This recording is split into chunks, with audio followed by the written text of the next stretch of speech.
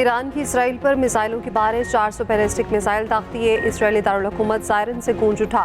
Israeli अवाम ने फौरी महफूज मकाम पर पनाह ले ली। पनाह लेने के लिए भागते गिरने 2 अफराद मामूली जख्मी। तेल अवीव दर्जनों धमाके। ईरानी हमले के नतीजे में एक इमारत भी जद में आई, कोई जानी नुकसान नहीं हुआ। इसराइली दिफाई निज़ाम ने बेशतर ईरानी मिसाइल फ़ज़ा में ही तबाह कर दिए। इसराइल का कहना है ईरान को हमले की भारी कीमत चुकाना पड़ेगी। हमले के बाद इसराइली हुकाम ने अवाम को पनाहगाहों से बाहर आने का कह दिया। इसराइल की फ़ज़ाई हदूद में भी दोबारा खोल दी गई है।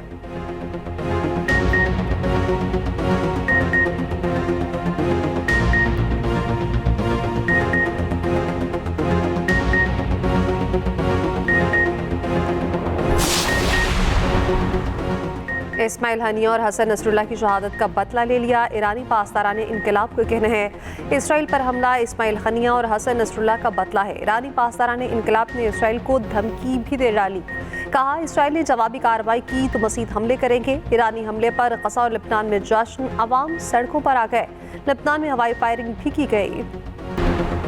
अमेरिका इसराइल के दिफा में सबसे आगे। अमेरिकी सदर जो बाइडन का इसराइल का हर सूरत दिफा करने का ऐलान। अमरीकी अफवाज को ईरान के मिसाइल गिराने का हुक्म दे दिया। ईरान के इसराइल पर हमले की पेश नज़र हंगामी कौमी सलामती का इजलास तलब। सूरत हाल का जायजा लेकर इसराइल को हमले से आगाह किया।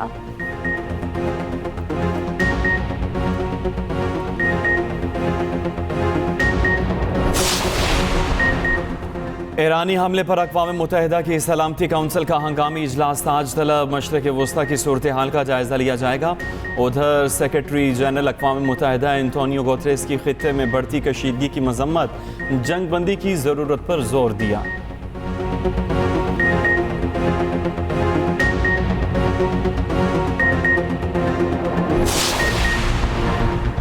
PIA ने ईरान की फ़ज़ाई हदूद इस्तेमाल करने पर पाबंदी लगा दी। तर्जमान PIA का कहना है सूरत हाल वाज़ेह होने तक ईरान की फ़ज़ाई हदूद इस्तेमाल नहीं की जाएगी।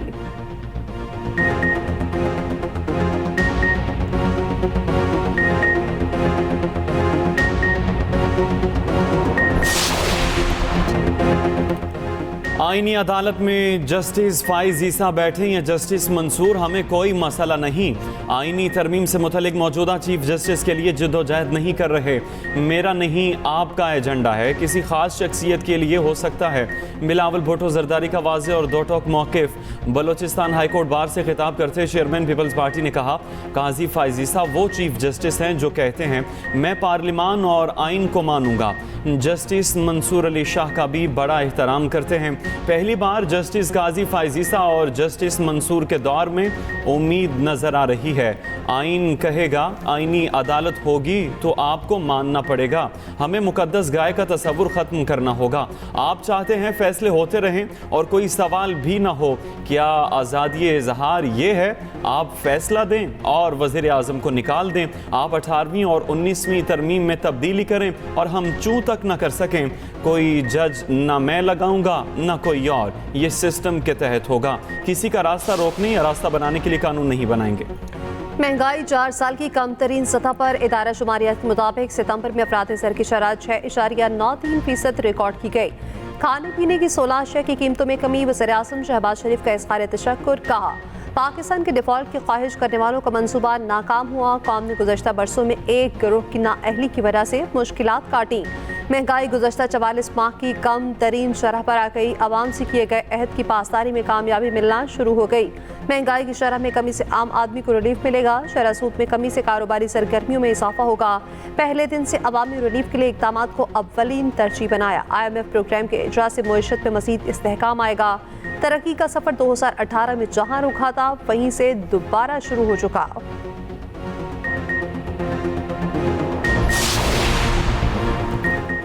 वोटिंग कराई ही इसलिए जाती है वोट गिना भी जाए। हम कौन होते हैं ये कहने वाले, तुम बाज़मीर नहीं हो। किसी के ज़मीर का मामला तय करना मुश्किल है। जो लोग पार्टियां बदलते हैं इन्हें ज़मीर वाला समझें या नहीं। जब आइन वाज़े है तो इसमें अपनी तरफ से कैसे कुछ शामिल किया जा सकता है। चीफ जस्टिस काजी फाइज ईसा के आर्टिकल 63 नजरसानी केस में रिमार्क्स। एडिशनल अटॉर्नी जनरल ने अदालत को बताया 63 की तशरीह के फैसले में डिसीट करने का हुक्म नहीं।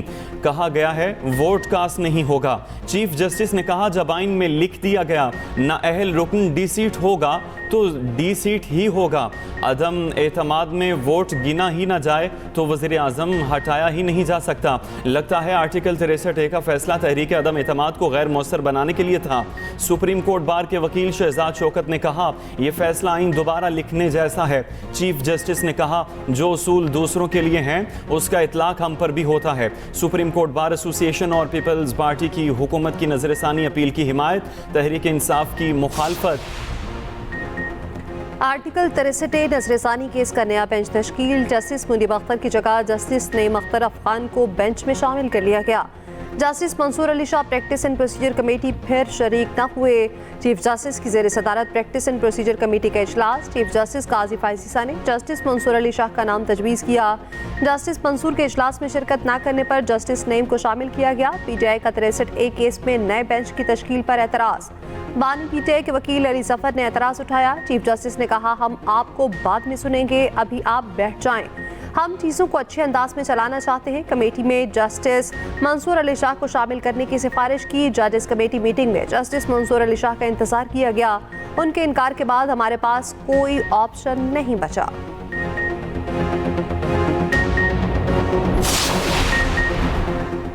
तहरीक इंसाफ के सेनेटर अली जफर ने आर्टिकल 63A की तशरीह पर नजरसानी बेंच को गैर आइनी करार दे दिया। कहा बेंच में जस्टिस मुनीब अख्तर नहीं थे।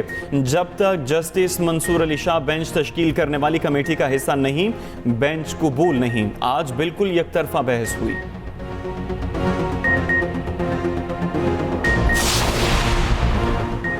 वफाकी वज़ीर दाखिला मोहसिन नकवी की मौलाना फजल रहमान से मुलाकात। JY का अमीर मुंतखब होने पर मुबारकबाद दी। कहा पार्लियामान की बालादस्ती और जमहूरी इक़्तिदार के फ़रोग़ के लिए मौलाना का किरदार काबिल तहसीन है। JY ने हमेशा उसूलों की सियासत की।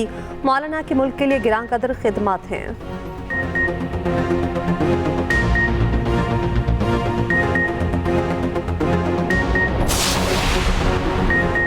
पाकिस्तान तहरीक इंसाफ और जमात इस्लामी के दरमियान मुज़ाकरात। मीडिया से गुफ्तगू में बैरिस्टर गौहर ने कहा कोई भी तरमीम रात के अंधेरे में नहीं होनी चाहिए। हम आवाम में एक ही मौक़िफ़ लेकर चलेंगे। कोशिश है मुलाकातों का सिलसिला जारी रहे। हाफिज़ नईम रहमान ने कहा तमाम तर इख्तलाफात से बालातर होकर हमें फ़लस्तीन के लिए एक होना है। PTI 7 अक्टूबर को हमारे साथ निकलेगी। मुल्क के मुख्तलिफ हिस्सों में हम अपना एहतजाज रिकॉर्ड कराएंगे।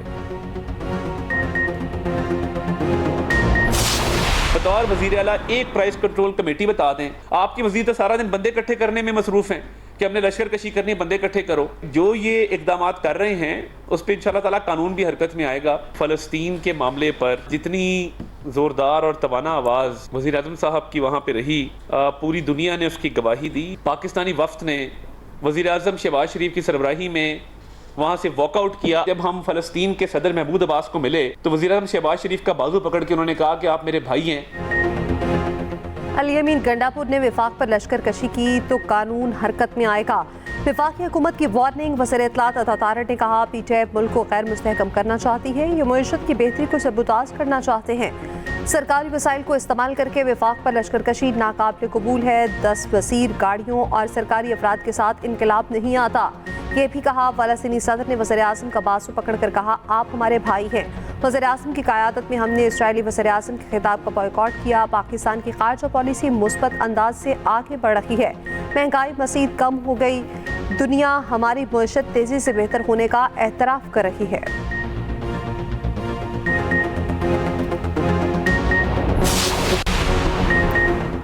इनकम टैक्स गोशवारे जमा कराने की तारीख में तोसी। नोटिफिकेशन के मुताबिक टैक्स गोशवारे जमा कराने की तारीख में 14 अक्टूबर तक तोसी की गई। तारीख में तोसी ताजिर तंजीमों के मुतालबे पर की गई। FBR सितंबर में हदफ से 11 अरब से ज़ायद रेवेन्यू इकट्ठा करने में कामयाब। पहली समाही में अभी भी 101 अरब रुपए के शॉर्टफॉल का सामना।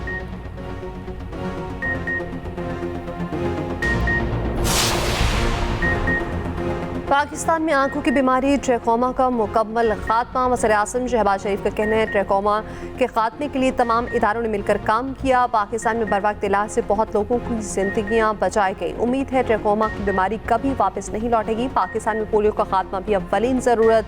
हेपेटाइटिस का मर्ज पाकिस्तान में बहुत ज़्यादा तादाद में है। हमें तमाम चैलेंजेस से निपटने के लिए तैयार रहना होगा।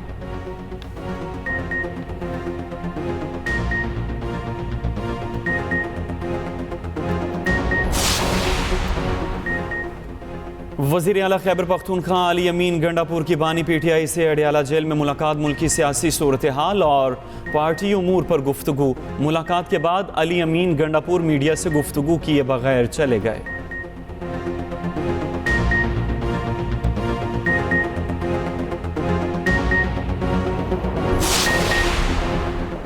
स्पीकर कॉपी असफली अयाज सादिक से मुमताज़ स्कॉलर डॉक्टर जाकिर नाइक की मुलाकात, उम्मत मुस्लिमा को दरपेश चैलेंजेस, पैरल मज़ाहिब हम आहंगी समेत दीगर अहम उमूर पर गुफ्तगू। डॉक्टर जाकिर नाइक ने कहा, उम्मत मुस्लिमा को अपने इख्तिलाफात को भुलाकर कुरान सुन्नत की रोशनी में मुत्तहिद होने की ज़रूरत है। डॉक्टर जाकिर नाइक की मौलाना फजल रहमान से भी मुलाकात, मौलाना फजल रहमान ने पुरतपाक इस्तकबाल किया। डॉक्टर जाकिर नाइक ने मौलाना फजल रहमान की इमामत में नमाज अदा की।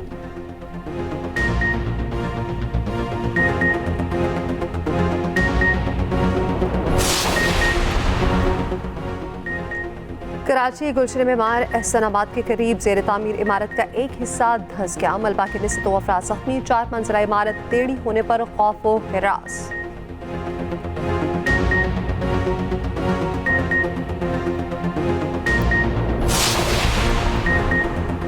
पंजाब के 3 शहरों में दफ़ा 144 नाफिज, जल्द से जुलूस एहतजाज पर पाबंदी आयद। पाबंदी का इतलाक मियांवाली, फैसलाबाद और बहावलपुर पर होगा। मियांवाली में 3 दिन के लिए रेंजर्स भी तैनात। फैसला दहशत गर्दी के खतरे के पेश नज़र किया गया, नोटिफिकेशन जारी।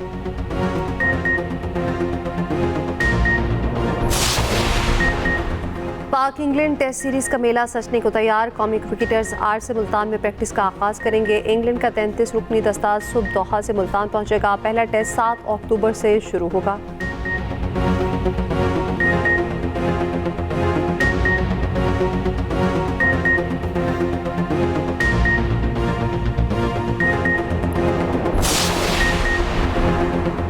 भारत की तेज तरीन बैटिंग ने मैच बना दिया। कानपुर टेस्ट में बांग्लादेश को 7 विकेटों से शिकस्त। भारतीय टीम ने तेज तरीन गेम का रिकॉर्ड बना लिया।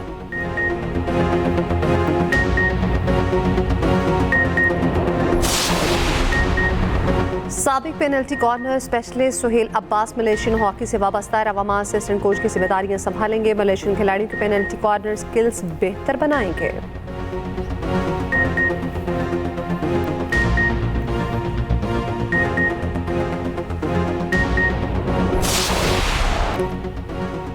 क्रिस्टियानो रोनाल्डो के गोल ने फतह यकीनी बना दी। AFC चैंपियंस फुटबॉल लीग में सऊदी अल नसर ने कतरी अल रियान को शिकस्त दे दी।